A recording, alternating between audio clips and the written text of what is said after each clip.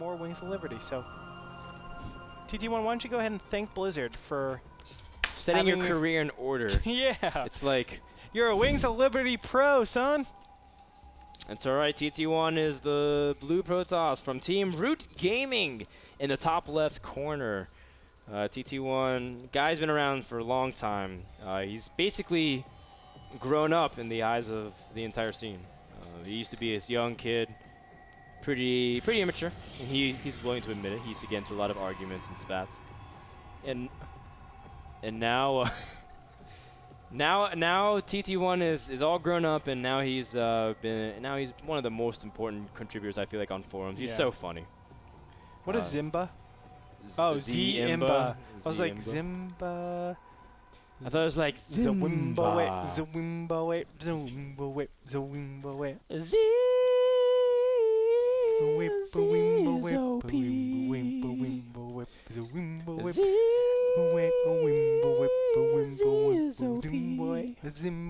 Apparently our NASL bot crashed because there's so many people wanting to bet on it. We're going to have to increase the bandwidth on that immediately. Yeah. We're going to have to do that. On top of that, we're also going to reset all of the points. So it's a freshman game. Guys, stop betting. I'm looking at the chat. You guys need to chill. No one's going to get our swarm key because we don't know who's in charge or who's winning the bets. What's going on, guys? There's too many people. But you know what? That's a good sign, Andre. We love our chat. It's a big thing for our subscribers. You might be watching and not understanding. If you're watching on your iPad or iPhone or your Android, and you're like, what are you talking about, chat and bet? If you're a subscriber, you can bet on the matches using a point system that everyone's been given if you're a subscriber. You start off with 10 points. You can go up to 20 and 40 and 80. You can bet all in, or you can bet a certain amount of points. And from there, we take top 3 and give them Heart of the Sword beta keys. And I'm only reminding people because some people are coming in late. They have a lot of points. They want to bet. There you go. So don't crash our bot, though. Everybody keep calm. Keep calm. We're fixing it right now, okay? We got the NASL sound guy on that. So that's 100% success there. We have Sen actually being really frustrated in this beginning stage. Not only did TT1 do an incredibly abusive build, but he also went up Island before getting his Nexus first, and then throwing down a Forge, and then a Gateway, not even prioritizing a cannon, and now he'll throw down a cannon. TT1, you abusive man. He trapped his probe. Oh, by the way, he's been chronoing out probes too. It's TT1. Okay. When Andre says abusive about TT1, he means a solid play.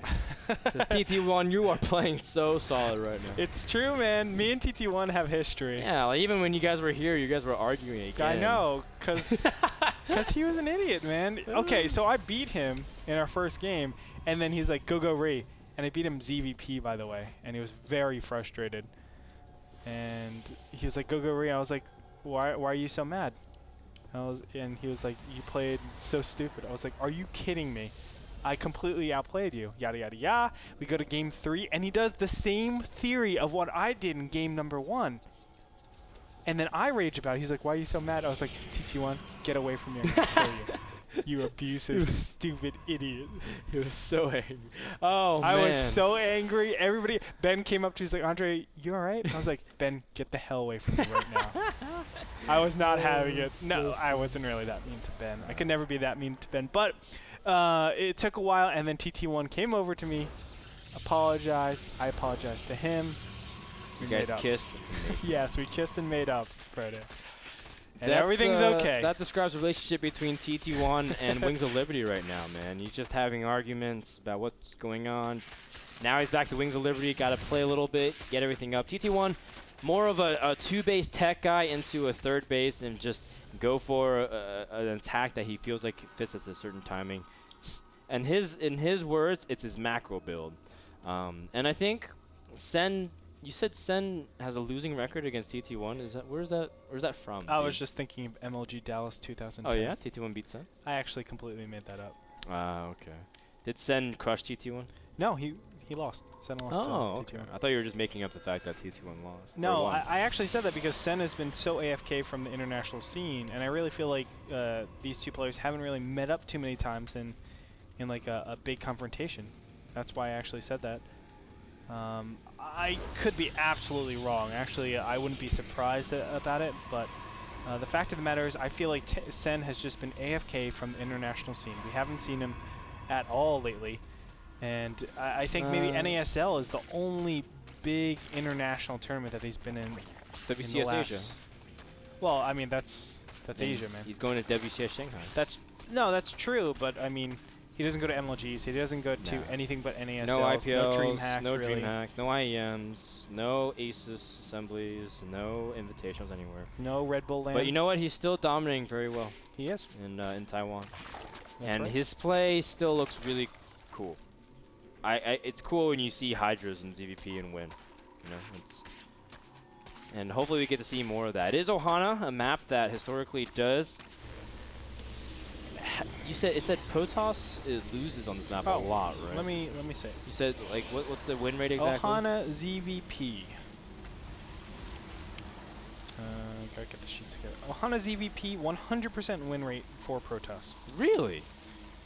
Well, after today. After night end. After versus night end, it is a little bit less than that. A little bit less than 100%. But Sen doesn't have the odds in his favor, but that's okay. It's 80% in the North American Star League. That's okay though. The odds were against Katniss too in the Hunger Games, but you know what? She still made the best of it, and I feel like that's gonna be Sen.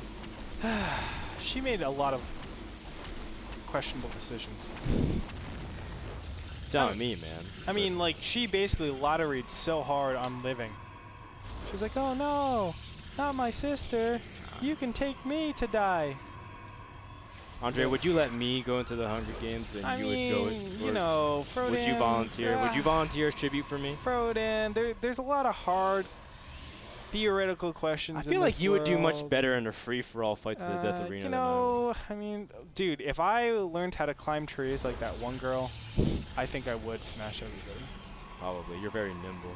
Sen is also very nimble too, and he's got nimble roaches on the middle of the map. They are nimble for now, but they're going to be Speedy Gonzalez's in a little bit. TT1 going for a third base. We were talking about how TT1 likes to develop a lot of his, a lot of everything, and then just expand. And Sen is going for some Roach pressure attack. Uh-oh. Oh, +2. The +2. The Immortals. Ooh, the Immortals are going to set up a good flank, though. And Sen's going to dedicate a lot of these resources. Or the Sentry. He's going to pick off some Sentries here. TT1 also trying to split up his army and Micro on 2 fronts. Although the Immortal gets picked off, and Zerglings are coming in reinforcements. This is not good. A small little hole.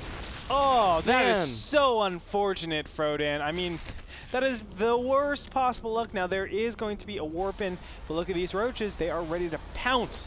They're going to do just that. Zerglings getting in. Their whole position Micro taking out a lot of those probes. Wah, wah, woo, wah. And over in the third, Andre, another Roach attack. Although, very nice job by TT1 to salvage the situation. Let's see how many workers were killed. 9. So actually not that terribly effective, although killing the +2 is very nice. Yes. TT1, one of the few Protosses that actually like to remake sentries in the mid-game section. A lot of these Protosses actually just completely stop making sentries, but he is one of those players that says, no, I'm not going to favor that fast tech. I'm going to enable myself, get more sentries, and that actually gives him the chance to counterattack a lot stronger than normally. And looks like we see that Sen is now expanding to a 4th base as well, getting gas up 7 and 8, going for Mutas. Mutas. Well, he's going for 11 and his 12th Muta, so this he's is gonna have a dangerous. pretty decent number. This is dangerous, not for TT1, for Sen, because this counterattack is going to be really powerful, and this is 3 base and a lot of gateways. So that means Stalkers can be put down so incredibly fast. I thought he was actually going to counterattack and then just rely on warp-ins, but no, he's going to warp in and just let his probes die.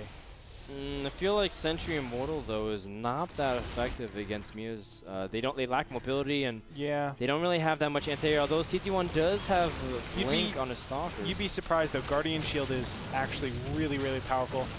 Running into Spine Crawlers is not that powerful though, Frodan. And well, he does have a lot of units. His Immortal's pretty much almost 2-shot the Spine Crawlers. Full base trade going on. Sen likes to take it to the very edge. I guess Sen doesn't really ever want to engage Protoss full on. He just wants to kind of avoid it.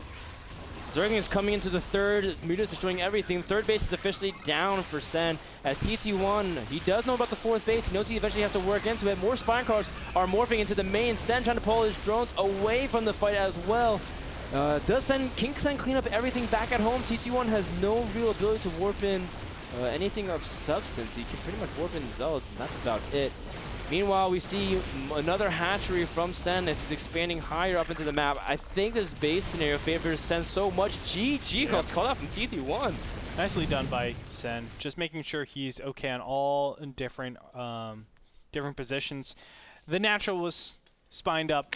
The third was spined up. The main is spined up. The fourth base was not spined up, but of course that's a little bit more expendable. It looks like that base trade actually defies my previous logic. And you cannot do that Stalker Sentry attack. All right, you know what? Sen also defying the odds. Yeah. The odds were not in TT1's favor. Thank you so much to Cooler Master, the makers of fine gaming peripherals such as mice and keyboard. Check them out at coolermaster-usa.com.